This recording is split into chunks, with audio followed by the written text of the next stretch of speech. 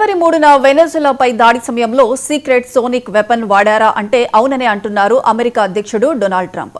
ఓ media సంస్థకిచ్చిన ఇంటర్వ్యూలో Trump ఈ విషయాన్ని పరోక్షంగా అంగీకరించారు. అదొక అద్భుతమైన దాడి. మన దగ్గర ఎవరికీ తెలియని ఆయుధాలున్నాయి. వాటి గురించి ఎవరికీ తెలియకపోవడమే మంచిదని ట్రంప్ అన్నారు. వెనెజులాపై దాడి చేసి ఆ దేశ అధ్యక్షుడు నికోలస్ మాదురోను అమెరికా సైన్యం బంధించి తీసుకుపోయిన విషయం తెలిసిందే.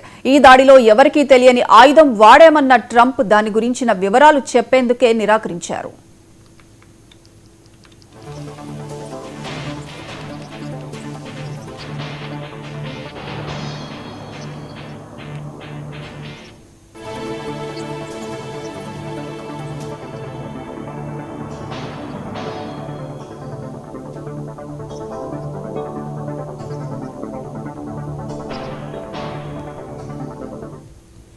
ఈ తరహా ఆయుధం ఇతర ఏ దేశం దగ్గర లేదని ట్రంప్ చెప్పారు.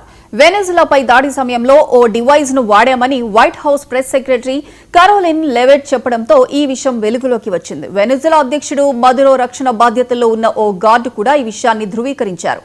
హఠాత్తుగా మా ముక్కుల నుంచి రక్తం గారడం మొదలైంది. కొందరు రక్తపు వాంతులు కూడా చేసుకున్నారు. తీవ్రమైన ధ్వని తరంగాలు మా చెవులను తాకాయి. తల లోపలి భాగం పగిలిపోతున్నట్లు అనిపించిందని మదురో గార్డు తెలిపారు. ఇంకొందరు నేలపై పడిపోయారు. ఆ సోనిక్ ఆయుధం ముందు మేం నిల్చోలేకపోయామని ఆ గార్డు వెల్లడించారు.